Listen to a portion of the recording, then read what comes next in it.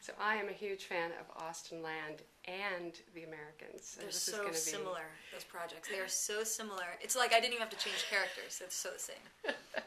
So I wanted to know, because I think of you as someone who's done remarkably good work in television and independent films, especially Waitress, which is one of my favorites of your films. Oh, thanks. And I wondered if the sensibility of the director, of Adrienne Shelley, helped you to really break out in that part. She certainly was specific, and she certainly was direct and bold in what she wanted and making that known. It wasn't like, oh, just do whatever you want. You know, like she really had a specific vision, and she really knew how to get what she wanted in a very limited amount of time. So she was good at accomplishing that. I think she'd made so many other independent films and knew about little time. So I think her directness helped me. I think her being an actress herself helped, because it's funny working with directors who have been actors. You know, in a way, or this is my experience anyway, you think, oh, they've been actors, so they'll be so sensitive and so kind of wonderful to you about the process. My experience has been exactly the opposite. In fact, they're like, they know that there's no magic to it. They're like, stop doing that weird thing with your eyes and your hands. Just stop that. Okay, and then do it again. Like, you're like, there's no like, cut. Okay, now on this one. No, the whole crew is hearing like what you did poorly on that, and so I think in a way there's no. They sort of cut through it, and they're like, no, I know how to do that too. So just stop that and do this instead. And how often have you worked with women directors? A lot. It's interesting, but I think that's typical of these small movies. Kirsten Sheridan in August Rush, and obviously Waitress, Adrienne Shelley, and Jerusha for this one. And I think independent films of this size are willing to give the ladies a shot. I think it's, from what I hear, it's their second film that's the hard one. Yeah, it's true. Yeah. And if they don't have a real success, they're punished forever. It's right. like, go to television. Yeah. You know? Yeah, and in fact, on The Americans, I worked with a couple great women directors who I loved. In fact, one I really liked, and I'm trying to remember her name, Italian. What was her last name? What was her Italian last name? She made an independent film that Kevin, the Woodsman? Do you remember her?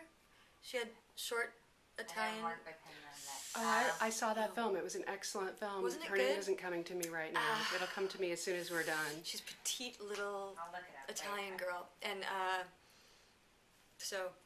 in fact, I loved working with her, and I think. Did you detect? I mean, I guess what I'm trying to get at is there a difference? Is there some kind of sensibility? Because what's great about The Americans is that it is such a combination of this kind of action thriller and this very sensitive, intimate marriage, Right. which we don't get to see, and it's almost as if one gives us permission to do the other. Absolutely, and that's what I always think about the show when people question about the spy stuff in the 1980s, and to me, it's a show about a complicated marriage. This very complicated, pushing limits and boundaries and trust and all of those things that every marriage has. And the spy stuff just lets the stakes be high. We have to go kill somebody, and you don't agree, and blah, blah, blah, and you could die. Oh my God! To me, it's the marriage. So did you know at the beginning where it was going to go at the end? No. That's what also fascinates me. No 'Cause idea. You don't know whether. Well, you love him, I think. Yeah, maybe. That's what's fun. It's so fun. It's like it's such a surprise. That whole process has been a surprise. I read it. I had just given birth to a baby. Literally, I'm nursing a baby. Like, I'm not thinking about killing Russian people. It's like the whole KGB spies, and they called me and I said, you guys, what? I just had a baby. And they said, just walk to the coffee shop. It was like a week after I delivered. I met Joe, the creator, and it was really exciting and good, but I thought, well, what is that mom going to be? I don't know. She just seems sort of in the background. I don't know what she's going to be. And I had some very persuasive phone calls from, there's a specific agent at my agency who, our entire exchange is always about books. Like, we never talk work. We're just, did you read this? And oh my gosh, and did you read that article in the blah, blah, blah? And we're like talking shop about what books we think are great. And so when I was going to turn it down, like I turn everything down, Joni and Esther said, have Hanley call her, do the big sell. And I actually just said to Joni yesterday, who's my manager, who I've known since I was 16, I said, did you guys have Hanley call me to do the big sell? And she's like, yeah. No, I spoke to Noah Emmerich also, and Noah, he told me that he almost turned it down, and he just made an assumption that it was very serious actor. Very serious, and he is one of the reasons that show works. Someone like Noah is not, wouldn't necessarily be like you don't picture as being like a TV show type actor. He's so nuanced, like what he's doing, like his twitches in his face. Something about the face, yeah. There's something like so tight and it's so soulful kind of, and bothered, and he carries everything so heavy, and it's interesting. Bottom line, it's like interesting. It's more interesting than other things I've seen. But it also allows you to do things that movies often don't. You have a slow burn of these storylines and characters, and you get to really explore them and watch them and maneuver with them. And the whole show has been such a fun surprise. Like, who knew? And then what we got to do and where the stories went, I thought, so did fun. You have to get into real shape for it? Because you do some pretty kick-ass action stuff. And I didn't think of you in that mode at all. No, yeah. It was so fun. Yeah, we did some fight training and stuff in the beginning. Did some work. Matthew and I were doing a lot of it together with a lot of the fight coordinators, which, yeah, it does. It gets you in a whole mind frame, which the biggest thing I remember, because at the time I was still nursing a baby. I was like, so living in two weird worlds. And I would do these intense fight training sessions where I would, normally I read this way, I have my headphones on, I like in my own world, I'm looking down as I walk. I would leave those fight training sessions, and I'd be, like, looking people right in the eye. You're like, yeah, what? Oh, cool. Like, suddenly, who do I think I am? But you do. You get this, like, little, like, Swagger. P.S. I'm 5'4". Like, who am I going to take on? But I thought I could. You probably could. I was like, oh, yeah, what do you want? Mm-hmm. Good, yeah. There was a kick-ass Women at Comic-Con panel. I was there that day because I saw, like, a bunch of the girls walking through. And they were talking about that. They were all talking about that they could get into trouble afterwards. Because you think, I can take this. Yeah. Or with the car, you could drive, really fast. Right. Because you're like, wait, it's the movies. I can't. Yeah. All right, so Austenland, I'm a big Jane Austen fan. Oh, good. I grew up reading all those books. Which one is your favorite? I mean, I need to go back and refresh, but obviously Pride and Prejudice and Sense and Sensibility, I would say. But I don't know. I need to go to give a really good answer. I'd have to go back and read those. That's my memory of the ones I liked. Well, those are the most popular. I mean, Emma is good. Emma, Persuasion, maybe. Yeah. I need to go back. So, I was in heaven with this. I was just in heaven, but I was also worried. Yeah. Because this is my. Yes. You can't those tread are your on people. this. Yeah. You can't mess it up. And you pulled it off. Oh, good. You guys really pulled it off. It's beautifully done. It's funny. Mm-hmm. And again, you're showing this whole other comedic side of yourself, but at the same time, you're playing out the romance in a cool way. Oh, good. Yeah, it's tricky because you don't want to offend that set. You don't want to offend people who love this with all their hearts. But I think there's fun to be had. I think there's the idea of going to a place like this is so delicious to me, and embarrassing, like to go pay all your money to be romanced by these actors who are actors, and yet you're so into it. You're like, oh, you might really like me. So do any places like this actually exist? No, but don't you think they could? Yes, I do. Right? I know a million people that would pay. Just to have, they would be, just to wear the clothes. They would be laughing. It would be like a hoot. It would be so fun, and maybe after the movie someone will do it. Get Stephanie Meyers. Isn't she like a gazillionaire? Yeah, but there are tours. I mean, you have to.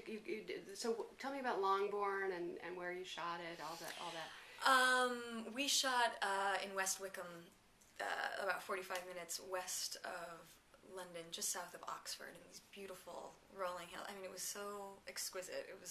I would take these morning walks in the morning mist. I was pregnant at the time, and I would have the driver wait at the bottom of this hill, and I would take this long walk to the peak of this hill, and I could overlook the whole valley, and then I would walk down, and then I'd start my day.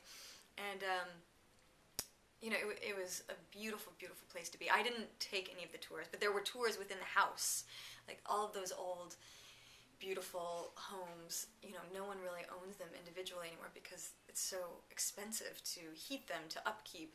So they almost always open up the bottom floor as a museum, and people come. And in fact, we had all these limitations on shooting because there were constant tours coming around, and we had to stop for the tour to. So bizarre, and you're not allowed to touch any of the walls in case the oil of your fingers might ruin the frescoes, and it was very complicated.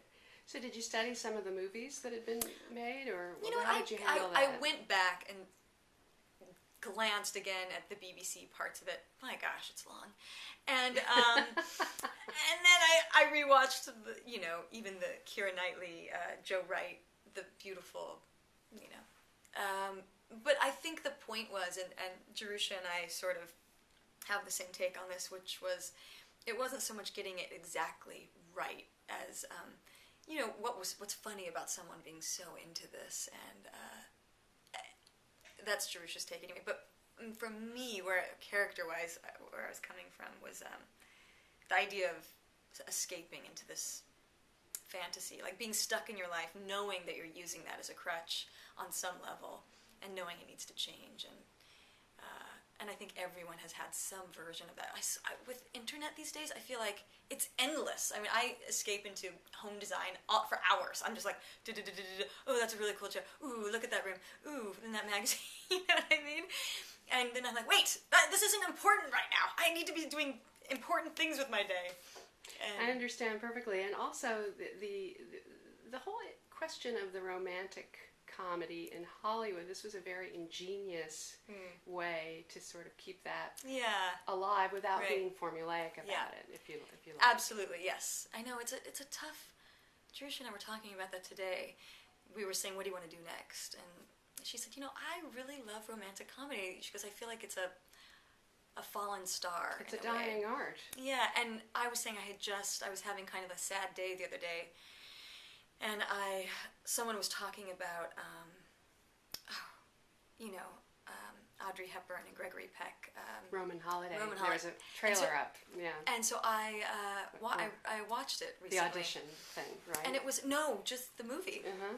And it was so great. And why is that so great? It was so decent, kind of, and it's really pretty broad. It's not, but the people were real people, and you really root for them. It's not... So I think it really can work. They use the location well. Oh, the location! And the costumes. Oh my gosh! Yeah, they were both. She was amazing. She was amazing in that movie. And those little Vespas. No, it was just a delight. So maybe it's the location too. Maybe it's going and experiencing some great thing like that. Well, maybe we need to get you into a Woody Allen movie. Where do I want to go? So, would you want to work with him? Sure. Yeah. Never say. I mean, yes, with anything. So do you feel like you're sort of coming into your own? Like you've done it for a while and you really know what you're doing a little bit? Like you've got chops? I really know what I'm doing. But I'm enjoying it a lot more. I feel it. I feel like you're using your muscles in a good way. I'm having a lot more fun. I'm not fighting it so much. I think I really fought it for a long time. I'm not claiming this. This is not really what I do. And now I'm like, oh no, this is fun to do this. Yeah. So what would you like to do after this? What would be your goal if you could? Oh gosh. Work with this director again? Yeah, I would totally do something with Jerusha again. Kevin Costner, who I worked with a while ago, with Mike Binder on some little tiny movie. They were both in New Orleans when I was there. I was riding my bike, and Mike Binder accosted me on the street. He was like, beep, beep, beep. And I was like, who are these annoying kids honking their horns at me? How rude. And I was riding my bike. And then he pulls the minivan around, and it's Mike Binder. He's like, what are you doing? And I said to tell Kevin, tell him thanks for never putting me in a Western. And I would love to do a Western again, like some version. I know they don't, although I think they just made one recently. Yeah, it may be the last one. Yeah, exactly. But I don't know. I'm not a writer, but I would, it's... Well, some actresses try to develop stuff. It's true. I'm a mom. I'm too busy for that. And I saw this weird thing on IMDb, which, I think you did voice work on a Wonder Woman video, right? Yeah, I did. I think you could be Wonder Woman. Oh, thank you. Now, I think that is the solution. I think they were making one. They're recently. having trouble with it. Oh, really? They haven't figured it out. I got to tell you right now, I don't have big enough boobs for Wonder Woman. There's ways to deal with Let's be honest. In that leotard, this 13-year-old boy body ain't cutting it. That's a lot of leotard wearing, actually, Wonder Woman, if you think about it. Maybe I'm thinking of Linda Carter. Maybe she wouldn't wear that outfit. I don't know. That's a lot of leotard wearing, Wonder Woman. You're in shape. But so when does Americans go back to work, or where October. are you on that? Okay. And then probably the same schedule, I would assume. January would come back on there. I know. I'm excited. Who knows where it's going to go?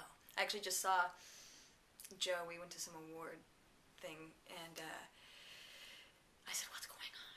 You're in the writer's room now. Tell me what's going on." He goes, "Do you want to know?" I said, "Yeah, I want to know. Tell me what's going on. Just don't make me speak Russian monologues. I'm too tired for that." He's like, "Okay." But I'm excited. I think they've set themselves up really well, and who knows what's going to happen. Thank you.